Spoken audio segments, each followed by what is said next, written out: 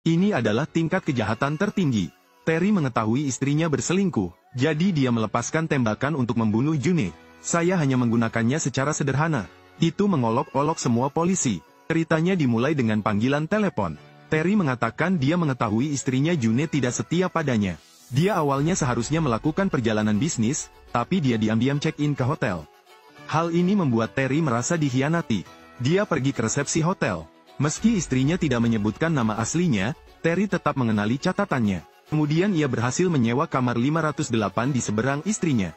Berikutnya adalah menemukan senjata, bertekad membuat mereka membayar. Julian berkeringat dingin, karena pistol yang dipegangnya adalah miliknya. Jika terjadi sesuatu, Anda terlibat. Dia menyarankan Terry untuk tenang. Tapi Terry membawa pistol ke kamar 508. Ada pepatah yang mengatakan, untuk menangkap pezina, harus punya pasangan. Anda harus melihat siapa pria di sebelah istri Anda. Julian langsung panik. Saya menyuruh Terry untuk tenang dan saya pergi ke hotel. Terry hanya duduk dan menunggunya. Tapi dia tidak menduganya. Selingkuh dengan istrinya Julian. Dia membangunkan June, memberitahunya bahwa June ada di ruangan seberang sekarang. Selain itu, dia punya pistol. June hendak melapor ke polisi namun dihentikan oleh Julian. Jika polisi khawatir, hubungan kedua orang tersebut juga akan terbongkar. Terry masih belum tahu siapa orang ketiga itu. Sekarang mereka harus mencari kesempatan untuk menyelinap keluar. Tapi ada jaring anti-maling. Terry pasti diam-diam mengawasi pintu. Meskipun mereka tidak tahu harus berbuat apa. Terry memanggil Julian kembali, mendesaknya untuk segera datang ke sini.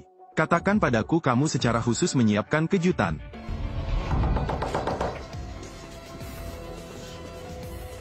Terry, ada apa kakak?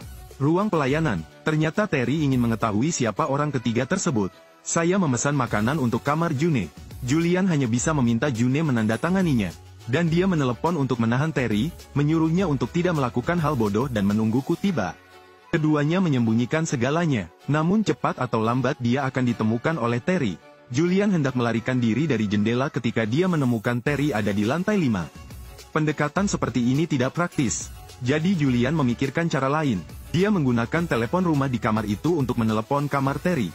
Hanya perlu Terry untuk mengangkat teleponnya. Lalu dia akan meninggalkan pintu kamar. Dan Terry tidak ragu. Dia masih berjalan untuk mengangkat telepon. Julian bergegas keluar untuk bersiap meninggalkan tempat ini. Namun suara pintu yang ditutup masih menarik perhatian Terry. Julian hendak naik lift untuk pergi. Melihat lift masih belum tiba, Julian lari dari tangga kebakaran. Dan Terry pun segera masuk ke dalam lorong. Melihat seseorang menekan lift, dia pergi ke tangga untuk memeriksa. Saat ini, Julian bersembunyi. Terry hanya bisa memilih untuk kembali. Terry memasuki ruang makan di ujung lorong. Karena ini adalah hotel tua, tidak ada perangkat pemantauan, bahkan manajemennya sudah ketinggalan zaman. Tapi June menemukan seorang pejalan kaki di lorong. June menyadari ada yang tidak beres. Jika sayangnya Terry menangkapnya, Anda akan salah mengira bahwa orang tersebut adalah orang ketiga. Untuk melindungi pejalan kaki, June mencoba menyeret orang yang lewat ke dalam kamar. Meskipun orang yang lewat tidak tahu apa yang terjadi, Terry menemukannya. Terry menjatuhkannya hingga tak sadarkan diri ke tanah. Julian turun lagi ke lantai 3 untuk mencari bantuan mantan pacarnya. Saat Julian bersiap-siap untuk pergi kencan dengan June, dia bertemu mantan pacarnya. Dia melakukan perjalanan bisnis dan menginap di hotel ini. Takut ceritanya terbongkar, dia berbohong bahwa dia sedang dalam masalah. Butuh bantuan Anna. Dia memohon pada Anna untuk memberinya alibi. Siapapun yang bertanya akan mengatakan bahwa dia dan saya bersama. Anna masih memiliki perasaan terhadap Julian, tidak terlalu memikirkannya dan berencana membantunya. Tapi saat Anna memeluk Julian, dia mencium bau June. Anna menyadari bahwa Julian menyembunyikan sesuatu. Dia tidak menyangka Julian akan melakukan hal ini. Anna langsung mengusirnya. Julian hanya bisa meninggalkan hotel ini dan bersiap untuk melarikan diri.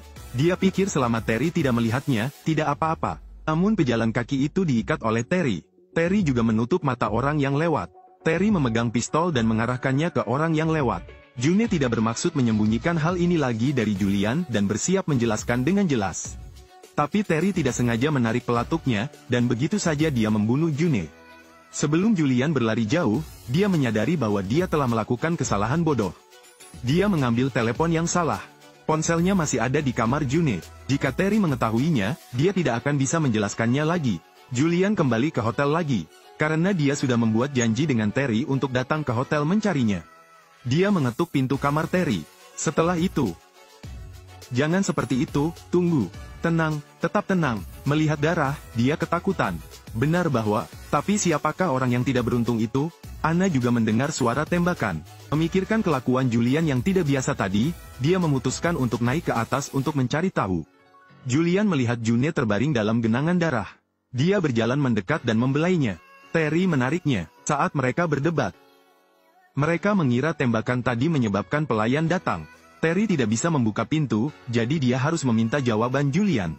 Reputasi. Ya. Tunggu sebentar. Terry kemudian bersembunyi, dan menyuruh Julian membersihkan darah dari tangannya. Apakah semuanya baik-baik saja? Tidak apa-apa, semuanya baik-baik saja. Padahal Terry bilang tidak apa-apa. Tapi dia mengangkat tangannya yang berdarah agar orang lain bisa melihatnya. Saya harap Anna memanggil polisi. Julian berbohong bahwa pihak lain sedang melayani. Kedua orang itu terjebak di dalam ruangan. Tapi Terry belum menemukan ponselnya.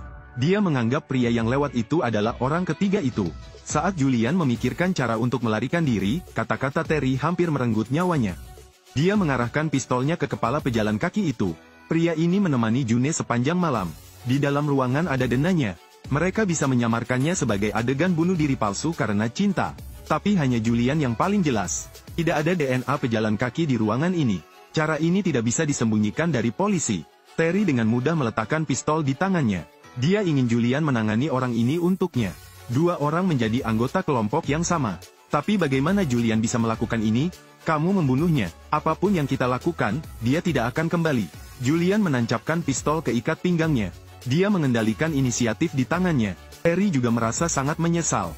Dia sendiri yang membunuh istrinya, dan hampir menyeret saudara baiknya ke dalam air. Saat ini, Julian masih berpura-pura menghibur. Dia melihat telepon yang ditinggalkannya di kamar. Dia merasa takut dan dengan nyaman duduk di sebelah Terry. Dia menendang telepon di bawah tempat tidur.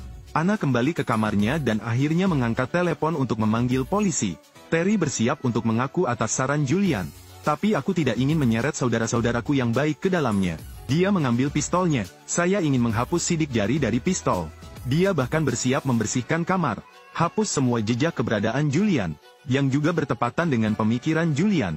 Dia keluar untuk mencari alat pembersih. Melihat adiknya keluar, Julian meletakkan senjatanya.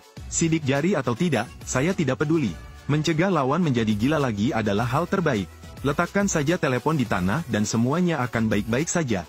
Namun ketika dia melihat layar ponsel, dia membeku. Tentang itu menerima pesan sejak saat itu.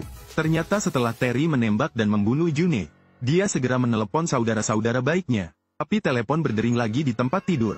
Terry baru sadar kalau orang ketiga adalah Julian. Terry tidak menyangka sahabatnya itu akan selingkuh. Untuk membalas dendam, Terry punya rencana. Itu hal pertama yang meninggalkan pesan. Julian, ini aku masih berhubungan denganmu. Aku pergi ke rumahmu untuk mencarimu tetapi kamu tidak ada di rumah. Aku sangat khawatir. Dengar, saudara, aku tahu kamu mengalami malam yang buruk. Tapi tidak peduli apa, kami akan menanganinya dengan baik. Aku hanya tidak ingin membiarkanmu menyakiti orang lain. Julian baru sadar kalau jejak Terry bukanlah miliknya.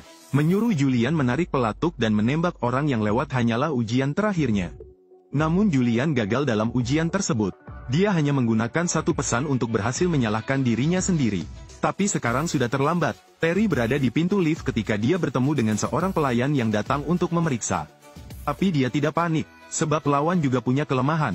Dia menerima nomor kamar June sebagai suap.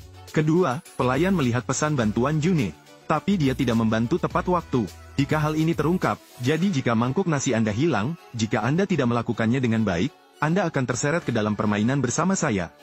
Julian bersiap untuk melarikan diri. Dia bertemu polisi yang menerima panggilan telepon. Mereka menahan Julian. Tangannya berlumuran darah, pistol diikat pinggangnya. Semua itu membuatnya tidak bisa menyangkal. Dan kesaksian Anna pun menikamnya hingga tewas. Dia datang ke kamarku dan berkata, dia memberitahuku itu, jika ada yang bertanya. Anggap saja kita selalu bersama malam ini. Ketika dia datang ke kamarku, ada darah di tubuhnya. Saya telah melihat, sisi Terry berganti pakaian menjadi pelayan. Dia keluar dari hotel. Pelayan melemparkan kertas berisi pesan minta tolong ke perapian. Di hotel tanpa kamera. Kecuali dia, tidak ada yang tahu Terry pernah ke sini.